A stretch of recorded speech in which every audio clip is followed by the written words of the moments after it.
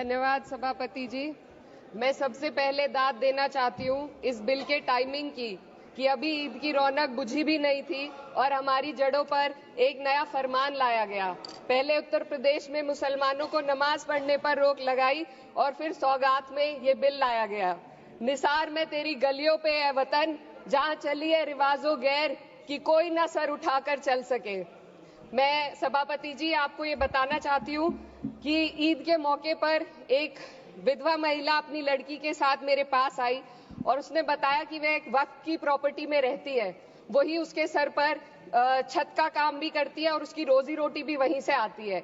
वो इस बिल को लेकर इतनी फिक्रमंद थी कि कहीं उससे वो उसकी संपत्ति ना छीन ली जाए।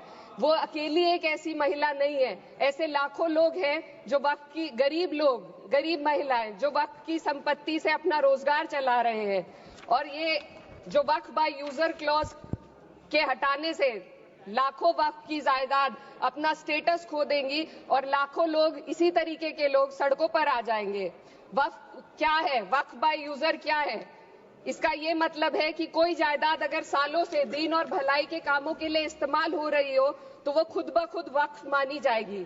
हिंदुस्तान की अदालतों ने भी इस बात को तस्लीम किया है। वक्फ बाय यूजर सिर्फ वक्फ बोर्ड को ही मिली कोई खास सौगात नहीं है, ये बल्कि सभी अन्य धार्मिक ट्रस्टों को परंपरा और यूज के आधार पर बिना किसी डॉक्यूमेंटेशन के धार्मिक चरित्र को डिक्लेयर करने का राइट मिला हुआ है। भारत के संविधान के आर्टिकल 13 क्लॉज 3 में कस्टम और यूसेज को कानूनी वैधानिकता प्रदान करता है। इसी आर्टिकल से वक्फ बाय यूजर भी निकला गया है। इस बिल के कानून बनने पर वक्फ बोर्ड तो इस प्रोविजन से हाथ धो बैठेगा, लेकिन अन्य धार्मिक ट्रस्टों को यह सुविधा जारी रहेगी। इससे भारतीय संविधान के आर्टिकल 14 और 15 का सीधा उल्लंघन है, जो धर्म और जाति के आधार पर भेदभाव और कानून के सामने सभी की बराबरी पर जोर देता है। मैं इसके साथ ये भी कहना चाहती हूँ कि सत्ता के लोग जो एक दूसरे की पीठ थपथपा रहे हैं कि वक्फ बाय यूजर का जो अमेंडमेंट इन्होंने दिया उसको एक्सेप्ट कर लिया गया है, लेकिन इनकी शरारत यह है कि उसके साथ ही एक ऐसा प्रोवाइजो इसमें शामिल किया गया जिसके आधार पर यह कहा गया है कि अगर कोई भी वक्फ की संपत्ति विवादित हो तो वो अपना वक्फ स्टेटस खो देगी। तो जो अमेंडमेंट इन्होंने दिया है जिसको एक्सेप्ट कर लिया गया है उसका कोई मतलब नहीं है, ये इनकी नीयत है जो साफ जाहिर हो रही है।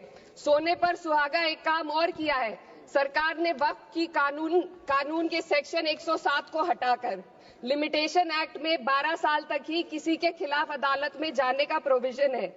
सेक्शन 107 में बोर्ड को लिमिटेशन एक्ट से राहत मिली हुई थी। वक्फ बोर्ड कभी भी अवैध कब्जाधारियों के खिलाफ अदालत जा सकता था। अगर ये सेक्शन ना हो तो अवैध कब्जा करने वाले लोग कानूनी प्रक्रिया का फायदा उठाकर वक्फ की प्रॉपर्टी को हड़प सकते हैं। अन्य धार्मिक ट्रस्टों पर भी ये लिमिटेशन एक्ट लागू नहीं होती, तो फिर वक्फ बोर्ड के साथ ये सौतेला रवैया क्यों किया जा रहा है? धर्म को देखकर दोहरी नीति क्यों अपनाई जा रही है? सेक्शन 107 और वक्फ बाय यूजर को अगर एक साथ पढ़ा जाए तो इससे लाखों वक्फ की प्रॉपर्टी पर कब्जा किया जाएगा। इसलिए ये बिल मुसलमान की भलाई का नहीं बल्कि उनके वजूद और विरासत को मिटाने का बिल है। हिंदुस्तान में बहुत सारे धार्मिक ट्रस्ट हैं जिसमें उस खास मजहब के लोग शामिल होते हैं और उसका इंतजाम करते हैं, और ये बात समझ में आने वाली भी है क्योंकि जो व्यक्ति अपने मजहब के रीति रिवाज को जितना अच्छे से समझ सकता है किसी अन्य मजहब का व्यक्ति नहीं समझ सकता। आर्टिकल 26 क्लॉज 2 के तहत धार्मिक संप्रदायों को अपने मजहबी इदारों के एडमिनिस्ट्रेशन का हक देता है, लेकिन वक्फ बोर्ड के बारे में इसको उल्टा किया जा रहा है। Sir please 2 minutes.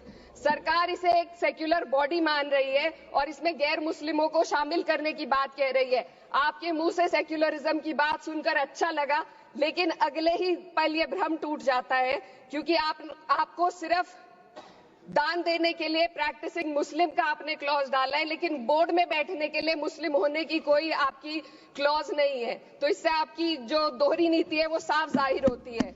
ये वही सरकार है जिसने राम जन्मभूमि ट्रस्ट में ये लिख दिया कि जिला अधिकारी भी अगर होगा तो हिंदू होना चाहिए। कोई मुझे बताए कि वहां पर सेक्युलरिज्म का रस क्यों नहीं घोला गया? सर आखिर में मैं अपनी बात को खत्म करने से पहले महिलाओं का मुद्दा बार बार उठाया जा रहा है। सरकार का कहना है कि बोर्ड में मुस्लिम महिलाओं को रिप्रेजेंटेशन देंगे।